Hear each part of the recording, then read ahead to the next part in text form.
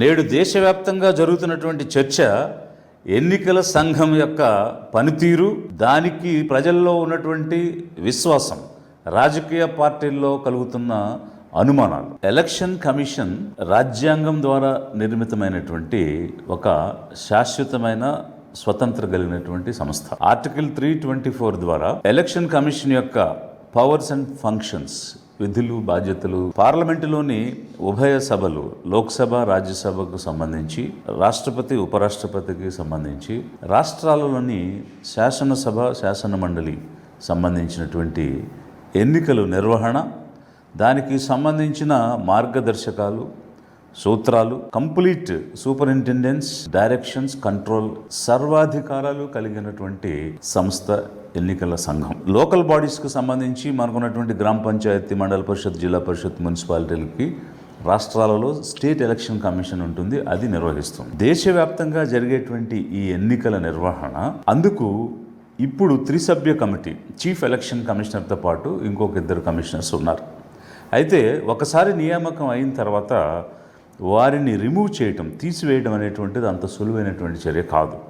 ఒక supreme court జడ్జిని తీసేయాలంటే ఏ రకమైనటువంటి పద్ధతి పాటించాలో అలాంటి ఒక ఇంపీచ్మెంట్ ప్రాసెస్ అనేటువంటిది పార్లమెంటులోని 2 ఉభయ సభల్లో స్పెషల్ మెజారిటీతో రెజల్యూషన్ పాస్ చేసి ప్రెసిడెంట్కి పంపించి అసెంట్ తీసుకుంటే, అప్రూవల్ వస్తే తప్ప ఒకసారి నియామకమైనటువంటి కమిషనర్ని తీసేయడానికి అవకాశం లేదు. ఇదే సమయంలో ఈ ఎన్నికల కమిషన్కి ఒక విజన్ ఉంది, ఒక మిషన్ ఉంది. ఏ విధమైనటువంటి విజన్ అంటే, ఒక institute of excellence in conducting and protecting electoral democracy, అంటే ఈ ప్రజాస్వామ్యాన్ని పరిరక్షించేటువంటి ఇన్స్టిట్యూట్. అదే సమయంలో ఇండిపెండెంట్, ఇంటెగ్రిటీ, ఇంక్లూజివ్నెస్, అకౌంటబిలిటీ, అలాగే పారదర్శకత, ట్రాన్స్పరెన్సీ, వీటన్నిటినీ కలిగి ఉన్నటువంటి సంస్థగా ఎన్నికల సంఘానికి మిషన్ ఉంది. దీంతో పాటు కాన్స్టిట్యూషనల్ వాల్యూస్ని ప్రొటెక్ట్ చేయాలి, Liberty, equality, justice, rule of law, ఈ అంశాలన్నిటినీ పెట్టుకుని ఒకవైపు కాన్స్టిట్యూషనల్ వాల్యూస్ని ప్రొటెక్ట్ చేస్తూ, మరొక వైపు ప్రజాస్వామ్యాన్ని పారదర్శకంగా, స్వయం ప్రతిపత్తితో, ఒక ఫ్రీనెస్, ఫెయిర్నెస్, అంటే ఏ రకమైనటువంటి పక్షపాతం లేకుండా అన్బయాస్డ్గా ఎన్నికలు నిర్వహించి ఎన్నికల ప్రజాస్వామ్యాన్ని నిలబెట్టాలి, పరిరక్షించాలి అనేటువంటి బాధ్యతలో కొన్ని సూత్రాలను, ఆదర్శాలను పెట్టుకుని నడుస్తున్నటువంటి సంస్థ ఇది. మరి ఇన్ని ఆదర్శాలు, ఇన్ని రకాలైనటువంటి నియమ నిబంధనలు, సూత్రాలను పెట్టుకుని ఈరోజు దేశవ్యాప్తంగా ఎందుకు విమర్శలు ఎదుర్కొనే పరిస్థితికి వచ్చింది? దేశవ్యాప్తంగా ఎన్నికల సంఘంపై నమ్మకం ప్రజలు కోల్పోయేటువంటి పరిస్థితి ఎదురయ్యింది. ఇది ఈరోజు జరుగుతున్నటువంటి చర్చ. ఒకవైపు ప్రతిపక్ష పార్టీలు, రాజకీయ పార్టీలన్నీ దుమ్మెత్తి పోస్తున్నాయి, విమర్శిస్తున్నాయి. మరొక వైపు అధికార పక్షం కూడా ఎన్నికల సంఘం ద్వారా జరిగే కార్యక్రమాల్లో ఏమి తప్పులు జరుగుతున్నాయనేటువంటి విషయం చెప్తుంది.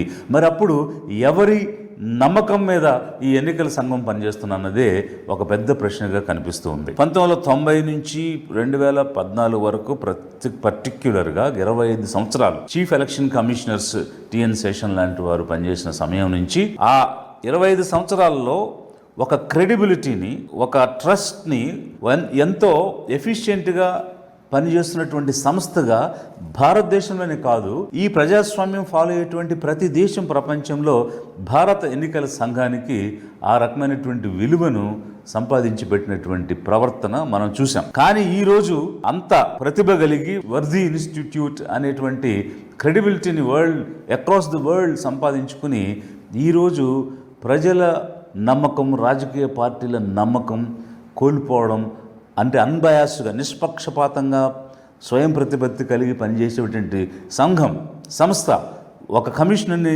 రిమూవ్ చేయాలంటే ఒక ఇంపీచ్మెంట్ ప్రాసెస్ ఫాలో అవ్వాల్సినటువంటి విధానం ఎందుకుంది అని అంటే, ఒక అటానమీని, అంటే ఒక ఇండిపెండెన్స్ని జ్యుడిషియరీకి కల్పించిన విధంగా రాజ్యాంగం కల్పించి ఉంటే, అంత ఇండిపెండెన్స్ కలిగి ఎవరికి దాసోహం అవ్వాల్సిన అవసరం లేదు, తలొగ్గాల్సిన అవసరం లేదు, తలదించుకోవాల్సిన అవసరం లేదు, ఆ రకమైనటువంటి రాజ్యాంగ రక్షణ కలిగి ఉన్నటువంటి సంఘం ఈరోజు ఎందుకు ప్రజల సమక్షంలో, పార్టీల సమక్షంలో సమాధానం చెప్పుకోవాల్సిన పరిస్థితికి వచ్చింది, నమ్మకం కోల్పోవాల్సిన పరిస్థితికి వచ్చింది. ఎంతో క్రెడిబిలిటీ ఉన్నటువంటి సంఘం అనేటువంటిదే ఈరోజు ఎదురయ్యేటువంటి సమస్య, చర్చ. ఒకవైపు బాల్ ఠాక్రే శివసేన అనేటువంటి పార్టీని స్థాపించి నడిపిస్తున్న క్రమంలో హేట్ స్పీచెస్ ఇస్తున్నారని, డివిజివ్ పాలిటిక్స్ చేస్తున్నారని, డివిజివ్గా అంటే వేర్పాటువాదంగా మాట్లాడుతున్నారని ఇదే ఎన్నికల సంఘం డిస్క్వాలిఫై చేసింది. అలాగే Aam Aadmi party campaign song, దానిలో అభ్యంతరకరమైనటువంటి పదాలు ఉన్నాయని క్యాంపెయిన్ సాంగ్ని బ్యాన్ చేసింది. అలాంటి సంఘం 2024 ఎన్నికల్లో ప్రధానమంత్రి అభ్యర్థిగా ఉన్నటువంటి నరేంద్ర మోడీ గారు ఒక డివిజివ్ స్పీచ్, వేర్పాటువాదమైనటువంటి మాటలు మాట్లాడుతూ ఉంటే, ఇక్కడ ఒక బాల్ ఠాక్రేని డిస్క్వాలిఫై చేసిన అదే ఎన్నికల సంఘం ఒక అభ్యర్థి మాట్లాడిన దానికి నోటీస్ ఇవ్వకుండా బీజేపీ అధ్యక్షుడైనటువంటి నడ్డాకు నోటీస్ ఇస్తుంది. पहले जब उनकी सरकार थी उन्होंने कहा था कि देश की संपत्ति पर पहला अधिकार मुसलमानों का है। इसका मतलब ये संपत्ति इकट्ठी करके किसको बांटेंगे? जिनके ज्यादा बच्चे हैं उनको बांटेंगे। घुसपैठियों को बांटेंगे। क्या आपकी मेहनत की कमाई का पैसा घुसपैठियों को दिया जाएगा? आपको मंजूर है ये? మాట్లాడిందేమో నరేంద్ర మోడీ అనేటువంటి వ్యక్తి ఎన్నికల ప్రచారంలో, బట్ మీరు నోటీస్ ఇచ్చేది ఎవరికేనంటే ఆ పార్టీ అధ్యక్షుడికి. అంటే ఏమిటి ఈ రకమైనటువంటి ఆ డిఫరెన్షియేటింగ్ ట్రీట్మెంట్స్ అనేటువంటిది ఒకవైపు అనుమానాలకు దారితీస్తూ ఉంటే, మరొక వైపు అనేక రకాలైనటువంటి రిపోర్ట్స్ ప్రెస్లో, ఒకవైపు మీడియా కొమ్ముగా వస్తున్న పరిస్థితుల్లో సోషల్ మీడియాలో అనేక రకాలైన రిపోర్ట్స్ వచ్చాయి. త్రిశూర్ లాంటి చోట ఓటర్ లిస్టులు పాడైనాయి అని, బెంగళూరులో ఓటర్ లిస్టులు ట్యాంపరింగ్ జరిగినాయి అని రిపోర్ట్స్ ఒకవైపు వస్తే, మరొక వైపు మధుర లాంటి కాన్స్టిట్యుయెన్సీలో ముస్లిం ఓటర్స్ని ఎన్నికల్లో ఓటు వేసుకునే అవకాశం ఇవ్వడం లేదని, మరొక వైపు గుజరాత్లో 700కు పైగా ఫిషర్మెన్ విలేజెస్లో వాళ్ళ ఓట్లు తీసేశారని, ఇలా అనేక రిపోర్ట్స్ వచ్చాయి. ఇదంతా కొన్ని కవర్ కానటువంటి అంశాలు అయితే, ఈరోజు దేశవ్యాప్తంగా జరుగుతున్నటువంటి చర్చ ఏంటంటే, ఎల్ఓపి లీడర్ ఆఫ్ అపోజిషన్, ప్రతిపక్ష నాయకుడు ఒక ప్రత్యక్ష ప్రసారం చేశారు. అన్ని మీడియా వాళ్ళకి పిలిచి ప్రెస్ మీట్ చేయటం, దానిలో ఒక లైవ్ ఎగ్జాంపుల్ చూపించడం జరిగింది. ఒక 6 నెలల పాటు ఒక పరిశోధన చేసి బెంగళూరు సెంట్రల్ పార్లమెంటరీ కాన్స్టిట్యుయెన్సీలో ఉన్న సెగ్మెంట్స్లో, మహదేవపుర అనేటువంటి అసెంబ్లీ కాన్స్టిట్యుయెన్సీలో 1,250,000 ఓట్లు దొంగ ఓట్లుగా వచ్చాయి.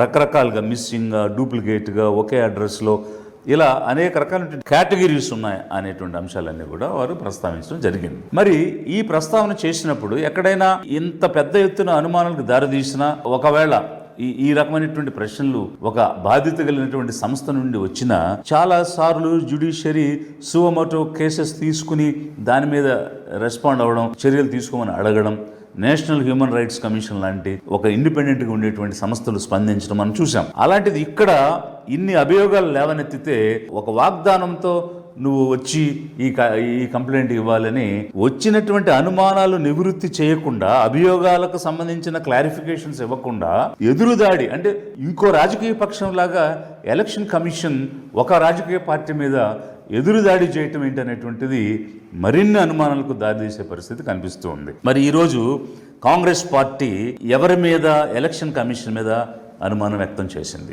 ఓటర్ లిస్టులకు సంబంధించి అనుమానం వ్యక్తం చేసింది. ఎందుకు అంటే, బీజేపీ లాంటి పార్టీకి మీరు వత్తాసు పలుకుతున్నారు, వారికి కొమ్ము కాస్తున్నారు, వారికి సంబంధించి కావలసిన విధంగా మీరు ఎన్నికలు నిర్వహించడానికి ప్రయత్నం చేస్తున్నారు, స్టాగర్ చేస్తున్నారు, ఫేజెస్లో పెడుతున్నారు, వాళ్ళకు అనువుగా చేస్తున్నారు, ఓటర్ లిస్టులను పాడు చేస్తున్నారు. అడిగినటువంటి సమాచారం ఇవ్వడం లేదు. ఏ సమాచారం ఇవ్వడం లేదు? గంటకి పోలింగ్, 2 గంటలకు ఒకసారి ఇచ్చేటువంటి పోలింగ్ పర్సంటేజ్ ఏ విధంగా వచ్చిందని అడిగితే అది చెప్పలేకపోతున్నారు. End of the polling percentage ఎంత అంటే, ఈ రోజు ఒక ఫిగర్, రేపు ఒక ఫిగర్, ఎల్లుండి ఒక ఫిగర్, కొన్ని రోజుల తర్వాత మరొక ఫిగర్ చెప్తున్నారు. వీడియోగ్రఫీ ఇవ్వండి అని అంటే వీడియోగ్రఫీ తీసేయమంటారు, ఆ తర్వాత కాల్ చేసామంటారు. Electoral rolls machine readable content ఇవ్వండి, ఎవరైనా సరే చూస్తారు. ఎడిటింగ్ కాదు, ఓన్లీ రీడబుల్ ఫైల్స్ ఇవ్వండి, అందరూ చూసుకుంటారంటే ఎందుకు ప్రాబ్లం ఉంది? అవి ఇవ్వడానికి ఏంటి సమస్య?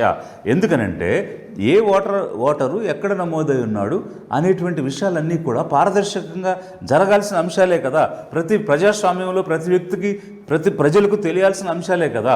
అవి ఒక పార్టీ అడిగినప్పుడు అవి ఇవ్వడానికి సంకోచించటమే కాకుండా, లేదని పలు రకాల కారణాలు చెప్పడమే కాకుండా, అనుమానాలకు తావిచ్చే విధంగా ఏ అభియోగాలైతే పార్టీలు మోపుతున్నాయో వాటిని బలపరిచే విధంగా ఎన్నికల సంఘం ప్రవర్తన ఉందనేది ఒకవైపు. మరొక వైపు ప్రైమ్ మినిస్టర్ ఆఫీస్ నుంచి కాల్ వస్తే 3 ఎన్నికల సంఘం కమిషనర్స్ వెళ్ళి పీఎంని కలిశారనేటువంటి వార్తలు పేపర్లో వచ్చాయి, సోషల్ మీడియాలో వచ్చాయి. ఒక స్వయం ప్రతిపత్తి కలిగినటువంటి సంస్థ 3 కమిషనర్స్ ఒక రాజకీయ నాయకుడు ద్వారా ఏర్పాటైన ప్రభుత్వంలో ఉన్నటువంటి ప్రైమ్ మినిస్టర్ ఆఫీస్కి ఏ విధంగా వెళ్తారు? భారతదేశ చరిత్రలో ఎప్పుడు జరగలేదు ఇట్లాంటి అంశాలు. కానీ ఈరోజు జరుగుతుంటే ఒక పార్టీకి కొమ్ము కాస్తున్నారు, ఒక పార్టీకి మీరు వత్తాసు పలుకుతున్నారు, వారికి ప్రయోజనకరంగా ఉండేటువంటి పనులు మీరు చేస్తున్నారు అనేటువంటి దానికి ఒక అనుమానం వస్తుందా లేదా? ఇది ఒకవైపు. మరి ఏ కాంగ్రెస్ పార్టీ అయితే ఎలక్షన్ కమిషన్ మీద అభియోగాలు పెట్టిందో, ఏమని పెట్టిందో, బీజేపీ వైపు మీరున్నారని చెప్తుందో, బీజేపీ వాళ్ళు కూడా ఏం చెబుతున్నారనంటే రాహుల్ గాంధీ ఎన్నికైన రాయ్బరేలీ కానీ, ప్రియాంక గాంధీ ఎన్నికైన వయనాడు కానీ, అఖిలేష్ యాదవ్ ఎన్నికైన దగ్గర కానీ, స్టాలిన్ ఎన్నికైన దగ్గర కానీ ఓటర్ లిస్ట్ అంతా తప్పులు తడకగా ఉన్నాయి, అందులో దొంగ ఓట్లు ఉన్నాయి. ఆ దొంగ ఓట్లు వేస్తేనే మీరు కూడా గెలిచి పార్లమెంటుకు, లోక్సభకు వచ్చారు అని బీజేపీ చెప్తుంది. అంటే దీని అర్థం ఏంటి? కాంగ్రెస్కి నమ్మకం లేదు కమిషన్ మీద, ఇతర పార్టీలకు నమ్మకం లేదు కమిషన్ మీద. ఎందుకు? మీరు బీజేపీ వైపు ఉన్నారు కాబట్టి. కానీ బీజేపీ చెప్తుంది ఏమనంటే ప్రియాంక గాంధీ, రాహుల్ గాంధీ, స్టాలిన్, అఖిలేష్ యాదవ్ వీళ్ళందరూ గెలిచినటువంటి స్థానాల్లో ఓటర్ లిస్టులు తారుమారు అయిపోయాయి, దొంగ ఓట్లు పడ్డాయి అని చెప్తుంది. అంటే ఎవరి వైపున మీరు ఉన్నారని ప్రతిపక్షాలు చెప్తున్నారో వాళ్ళు ఎలక్షన్ కమిషన్ తప్పుల వల్ల, ఓటర్ లిస్టులో తప్పుల వల్ల, దొంగ ఓట్లు ఉండడం వల్ల వీళ్ళందరూ గెలిచారని చెప్తున్నారు. అంటే ఇటు బీజేపీకి ఎలక్షన్ కమిషన్ మీద నమ్మకం లేదు, ఇటు ప్రతిపక్షాలకి ఎలక్షన్ కమిషన్ మీద నమ్మకం లేదు. మరి ఏ రాజకీయ పార్టీకి కమిషన్ మీద నమ్మకం లేని పరిస్థితి ఈరోజు భారతదేశంలో ఎందుకు వచ్చింది? స్వతంత్రం వచ్చి ఇంతకాలం అయిన తర్వాత కూడా, ఇన్ని సంవత్సరాల తర్వాత ఈరోజు ఎన్నికల సంఘం మీద ఇంత పెద్ద ఎత్తున ఎందుకు ఇలాంటి అభియోగాలు వచ్చాయి? ప్రజలు నమ్మకం కోల్పోయేటువంటి పరిస్థితి వచ్చింది. ఇది ఒక ఆలోచించాల్సిన, చర్చించాల్సిన, స్వయం ప్రతిపత్తి కలిగిన ఎన్నికల సంఘం ఆత్మావలోకనం చేసుకుని ప్రజల నమ్మకం పొందాల్సినటువంటి సమయం ఆసన్నమైందనేది ఒకవైపు అయితే, లిబరేషన్ కాంగ్రెస్ పార్టీ ఏమి డిమాండ్ చేస్తుంది అంటే ఎన్నికల సంఘం అనేటువంటిది ఒక ఇండిపెండెంట్, అటానమీ, అకౌంటబిలిటీ, ట్రాన్స్పరెన్సీ కలిగినటువంటి సంస్థ, పారదర్శకంగా, నిష్పక్షపాతంగా పనిచేయటమే కాకుండా పనిచేస్తున్నట్టు ప్రజలందరికీ కనిపించాలి, ఆ నమ్మకం నిలబెట్టాలి అనేది ఒకవైపు. ఓటర్ లిస్టులో జరిగేటువంటి తప్పులు లేకుండా పారదర్శకంగా ఉండాలనేది ఒకవైపు అయితే, మరొక వైపు ఈవీఎంస్, ఎలక్ట్రానిక్ ఓటింగ్ మెషిన్స్. ఈ ఎలక్ట్రానిక్ ఓటింగ్ మెషిన్స్ ద్వారా అనేక పొరపాట్లు జరుగుతున్నటువంటి సమయంలో రాజ్యాంగం ఇచ్చినటువంటి ఓటు హక్కు వినియోగించుకుని ఎవరికి మేము ఓటేసాము అనే విషయం ప్రజలకు తెలిసే విధంగా ఎన్నికల నిర్వహణ జరగాలి అని అంటే ఖచ్చితంగా బ్యాలెట్ పేపర్ మీదే ఎన్నికలు జరగాలి. కాబట్టి లిబరేషన్ కాంగ్రెస్ పార్టీ ఈరోజు ఏం డిమాండ్ చేస్తుంది అని అంటే ఎన్నికలు అనేవి బ్యాలెట్ పేపర్తోనే జరగాలి. ఈ విషయంలో కాంగ్రెస్ కానీ, బీజేపీ కానీ అనేక పార్టీలు ఈ విషయం మర్చిపోయారు. ఓటర్ లిస్టుల గురించి మాత్రమే మీరు మాట్లాడారు. ఓటర్ లిస్టులో జరిగేటువంటి తప్పులే కాదు, పోలింగ్లో జరిగేటువంటి తప్పులు, ఈవీఎం ద్వారా చేసేటువంటి మోసాలు కూడా జరగడానికి వీల్లేదు. ఎందుకనంటే ప్రజాస్వామ్యాన్ని పరిరక్షించాల్సిన అవసరం ఉంది. Largest democracy in the world is India. అలాంటి భారతదేశం ప్రజాస్వామ్యానికి ఈరోజు అందరికీ ఉదాహరణగా నిలబడినప్పుడు ఇక్కడ పారదర్శకత లేకపోతే ఇది ప్రజాస్వామ్యం ఎలా పరిరక్షించబడుతుంది? ఒకవైపు దేశవ్యాప్తంగా రాజకీయ పార్టీలన్నీ ముక్తకంఠంతో 2024 ఎన్నికల నిర్వహణలో అనేక తప్పులు జరిగాయి, ఓటర్ లిస్టులు తారుమారైపోయాయి, ఓట్లు ఉన్నవాళ్ళు పోయాయి, లేని వాళ్ళు వచ్చాయి, అన్నీ కూడా దొంగ ఓట్లు, సరైనటువంటి పారదర్శకంగా జరగలేదు అని దుమ్మెత్తిపోస్తూ ఉంటే, అధికార పార్టీ కూడా ఈరోజు ఏం చెప్తుందంటే ఉత్తరప్రదేశ్ రాయ్బరేలీలో కానీ, కేరళలో వేనాడులో కానీ, తమిళనాడులో కానీ ఇలా అనేక రాష్ట్రాల్లో జరిగిన ఎన్నికల్లో దొంగ ఓట్లు ఉన్నాయి, ఆ ఓట్లతోనే ఈ కాంగ్రెస్ పార్టీ ఎంపీలు కానీ, డిఎంకే కానీ సమాజ్వాదీ పార్టీ కానీ గెలిచాయని బీజేపీ కూడా చెప్తున్నటువంటి సమయంలో ఏ పార్టీకి 2024లో జరిగిన ఎన్నికల మీద నమ్మకం లేదు, ఓటర్ లిస్టుల మీద నమ్మకం లేదు.